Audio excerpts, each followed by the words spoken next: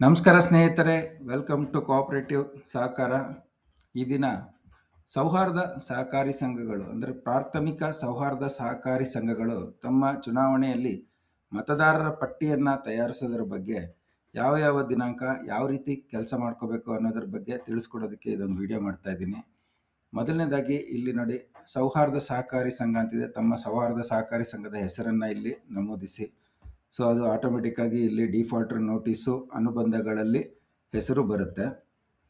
ಆಮೇಲೆ ಆಡಳಿತ ಮಂಡಳಿ ಅವಧಿ ಮುಕ್ತಾಯದ ದಿನಾಂಕ ನಮೂದಿಸಿ ಅಂತ ಹಾಕೊಂಡಿದ್ದೀನಿ ನೋಡಿ. ಇಲ್ಲಿ ಆಡಳಿತ ಮಂಡಳಿ ಅವಧಿ ಈಗ ಸಪೋಸ್ 18 ಜೂನ್ 2026ಕ್ಕೆ ತಮ್ಮದು ಆಡಳಿತ ಮಂಡಳಿ ಅವಧಿ ಮುಕ್ತಾಯವಾಗ್ತದೆ ಅಂದರೆ ಇಲ್ಲಿ ಟೈಪ್ ಮಾಡ್ಕೊಳ್ಳಿ. ಅದು ಯಾವ ದಿನಾಂಕ ಥರ್ಸ್ಡೇ ಬರುತ್ತೆ ಅಂತ ಇಲ್ಲಿ ಗೊತ್ತಾಗುತ್ತೆ. ಸೊ ಇಲ್ಲಿ ಈ ಡೇಟ್ ಹಾಕೊಂಡಾಗ ಇದು ಆಟೋಮೆಟಿಕ್ ಆಗಿ ಇಲ್ಲಿ ಡೇಟ್ ಕ್ಯಾಲ್ಕುಲೇಷನ್ಸು ಬರುತ್ತೆ. ಇದು ಯಾವ ರೀತಿ ಗುಡ್ ಡೇಟ್ ಬೆಸ್ಟ್ ಡೇಟ್ ಅಂತ ಕೊಟ್ಟಿದ್ದೀನಿ ನಾನು ಅಂದರೆ, ಈ ಆಡಳಿತ ಮಂಡಳಿ ಅವಧಿ ಮುಕ್ತಾಯದ ದಿನಾಂಕದ ಹಿಂದಿನ ಸಂಡೇಗಳನ್ನು ಕ್ಯಾಲ್ಕುಲೇಟ್ ಮಾಡ್ಕೊಳ್ಳೋ ಥರ, ಭಾನುವಾರಗಳು ಕ್ಯಾಲ್ಕುಲೇಟ್ ಮಾಡ್ಕೊಳ್ಳೋ ಥರ ಲೆಕ್ಕಾಚಾರ ಮಾಡಿದ್ದೀನಿ.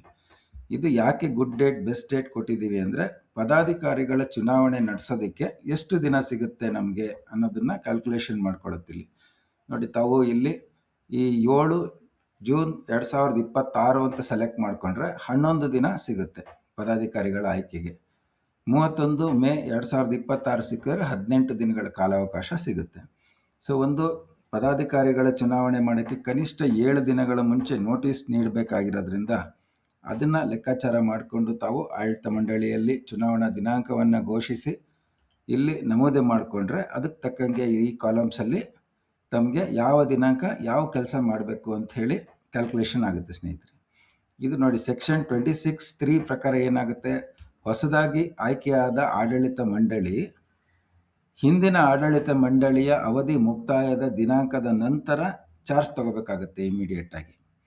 ಆಮೇಲೆ ಆ ಪದಾಧಿಕಾರಿಗಳ ಅವಧಿ ಸೆಕ್ಷನ್ 28(6) ಪ್ರಕಾರ ಪದಾಧಿಕಾರಿಗಳ ಅವಧಿ ಸಹ ಚುನಾವಣಾ ಆಡಳಿತ ಮಂಡಳಿಯ ಅವಧಿ ಮುಕ್ತಾಯದ ದಿನಾಂಕದೊಂದಿಗೆ ಮುಕ್ತಾಯಗೊಳ್ಕೊಳ್ಳುತ್ತೆ. It is a coterminous with the term of the board.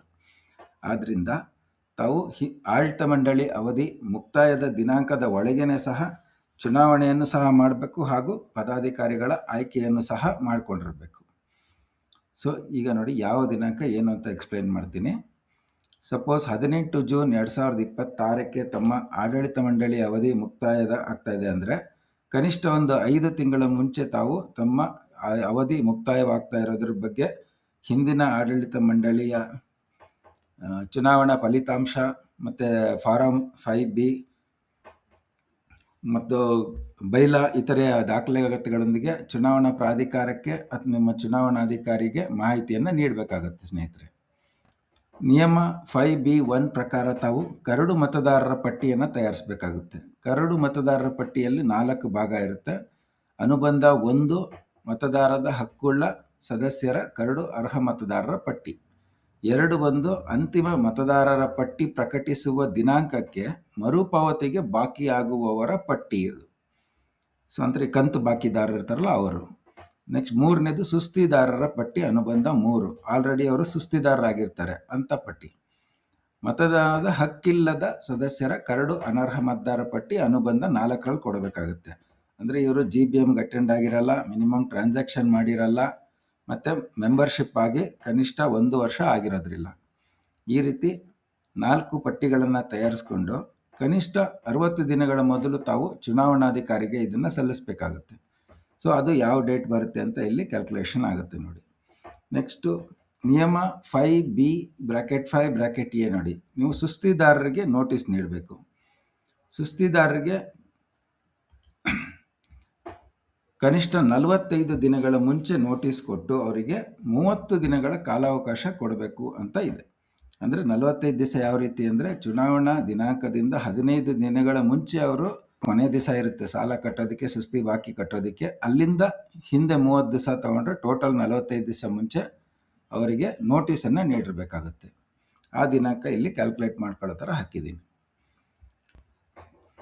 ನಿಯಮ 5B(5)(a) ನೋಡಿ ಏನು ಹೇಳುತ್ತೆ, ಕರಡು ಮತದಾರ ಪಟ್ಟಿ, ಸುಸ್ತಿದಾರರ ಪಟ್ಟಿ, ಅಂತಿಮ ಮತದಾರ ಪಟ್ಟಿ ಪ್ರಕಟಿಸುವ ದಿನಾಂಕಕ್ಕೆ ಮರುಪಾವತಿಗೆ ಬಾಕಿಯಾಗುವವರ ಪಟ್ಟಿಗಳನ್ನು ಚುನಾವಣಾ ದಿನಾಂಕದ 45 ದಿನ ಮುಂಚೆ ಪ್ರಕಟಿಸಬೇಕು. ಇಲ್ಲೇನು ತಾವು ಕರಡು ಮತದಾರ ಪಟ್ಟಿಯನ್ನು ಚುನಾವಣಾಧಿಕಾರಿಗೆ ಕೊಟ್ಟಿರ್ತೀರ, ಅದು 45 ದಿನಗಳ ಮುಂಚೆ ಪ್ರಕಟಿಸೋದಕ್ಕೆ ಅವರು ಕ್ರಮ ಇಡಬೇಕು.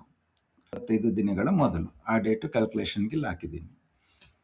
5B ಬ್ರಾಕೆಟ್ 5 ಬ್ರಾಕೆಟ್ B ನೋಡಿ ಏನು ಹೇಳುತ್ತೆ. ಸುಸ್ತಿದಾರರಿಗೆ ಬಾಕಿದಾರರಿಗೆ ಅವಾಗಲೇ ಹೇಳಿದ್ನಲ್ಲ, ಬಾಕಿ ಪಾವತಿಸಲು 30 ದಿವಸಗಳ ಕಾಲಾವಕಾಶ ಕೊಟ್ಟು ನೋಟಿಸ್ ನೀಡಿ ಅವರು ವಾಪಸ್ ಕಟ್ಟೋದಕ್ಕೆ ಕೊನೆಯ ದಿನಾಂಕ ಯಾವುದು ಅಂದರೆ ಇಲ್ಲಿ ಲೆಕ್ಕಾಚಾರ ಹಾಕಿ ಬರುತ್ತೆ. 15 days before the date of election. ನಂತರ ಅಂತಿಮ ಅರ್ಹ ಮತದಾರ ಪಟ್ಟಿ ಮತ್ತು ಅನರ್ಹ ಮತದಾರ ಪಟ್ಟಿಯನ್ನು ಚುನಾವಣಾ ದಿನಾಂಕದ 15 ದಿನಗಳ ಮೊದಲು ಪ್ರಕಟಿಸೋದಕ್ಕೆ ಕೊನೆಯ ದಿನಾಂಕ ಯಾವುದು ಅಂತ ಇಲ್ಲಿ ಲೆಕ್ಕಾಚಾರ ಹಾಕೊಂಡು ಬರುತ್ತೆ. ಸೊ ಈ ಡೇಟ್ಗಳು ಚುನಾವಣಾ ದಿನಾಂಕಕ್ಕೆ ತಾವು ಯಾವ್ದು ಸೆಲೆಕ್ಟ್ ಮಾಡ್ತೀರಾ ಆ ಕಾಲಮ್ನ ಇರೋ ಡೇಟ್ಸ್ಗಳನ್ನ ತಾವು ಫಾಲೋ ಮಾಡಿಕೊಂಡು ಈ ಚುನಾವಣಾ ಮತದಾರ ಪಟ್ಟಿಯನ್ನು ತಾವು ಮಾಡ್ಕೋಬೋದು. ಇದಕ್ಕೆ ಡಿಫಾಲ್ಟರ್ ನೋಟಿಸ್ ನೋಡಿ ಯಾವ ರೀತಿ ಇರಬೇಕು ಅನ್ನೋದಕ್ಕೆ ಒಂದು ಮಾದರಿ ನೋಟಿಸನ್ನು ಇಲ್ಲಿ ಕೊಟ್ಟಿದ್ದೀನಿ ಪಕ್ಕದಲ್ಲಿ. ಇದು ಶೇರ್ ಸುಸ್ತಿದಾರರಿಗೆ ಈ ರೀತಿ ತಾವು ನೋಟಿಸನ್ನು ಕೊಡ್ಬೋದು. ಅನುಬಂಧ 3ರಲ್ಲಿರೋರಿಗೆ ಅಂದರೆ ಸುಸ್ತಿದಾರರಿಗೆ ಈ ಥರ ಒಂದು ಕಂಟೆಂಟ್ ಹಾಕ್ಬಿಟ್ಟು ತಾವು ನೋಟಿಸನ್ನು ಕೊಡಬೇಕು. ಅನುಬಂಧ 2 ಅಂದರೆ ಅನುಬಂಧ 2 ಯಾರು ಅಂದರೆ ಅವರು ಹಾಲಿ ಸುಸ್ತಿದಾರರು ಇರೋದಿಲ್ಲ, ಆದರೆ ಮುಂಬರುವ ದಿನಗಳಲ್ಲಿ ಅವರು ಕಂತು ಬಾಕಿದಾರರಾಗಿರ್ತಾರೆ ಚುನಾವಣಾ ದಿನಾಂಕಕ್ಕೆ 15 ದಿನಗಳ ಮುಂಚೆ. ಅಂಥವ್ರಿಗೆ ಅನುಬಂಧ 2ರಲ್ಲಿರೋರಿಗೆ ಈ ಥರ ನೋಟಿಸ್ ಕೊಡ್ಬೋದು. ಇದು ಒಂದು ಮಾದರಿ ಕೊಟ್ಟಿದ್ದೀನಿ, ಇದನ್ನು ಉಪಯೋಗಿಸ್ಕೋಬೋದು ತಾವು. ಈಗ ಅನುಬಂಧ 1, 2, 3, 4 ಅಂತ ಹೇಳಿದೆ ಆಮೇಲೆ ಅದು 1, 2, 3, 4 ಯಾವ ಫಾರ್ಮೆಟ್ಸಲ್ಲಿ ಇರಬೇಕು ಅನ್ನೋದು ಇಲ್ಲಿ ಕೊಟ್ಟಿದ್ದೀನಿ. ಕರಡು ಅರ್ಹ ಮತದಾರ ಪಟ್ಟಿ ಈ ರೀತಿ ಇರುತ್ತೆ. ಇಲ್ಲಿ ಕರಡು ಮತದಾರ ಪಟ್ಟಿ ಏನು ತಾವು ಪ್ರಕಟಣೆ ಮಾಡ್ತೀರಿ 45 ದಿನಗಳ ಮುಂಚೆ, ಅವರು ಅವತ್ತಿಗೂ ಅರ್ಹ ಇರ್ತಾರೆ. ನಂತರ 60 ದಿವಸಗಳ ಮುಂಚೆನೂ ಅವರು ಅರ್ಹ ಪಟ್ಟಿಯಲ್ಲೇ ಇರ್ತಾರೆ.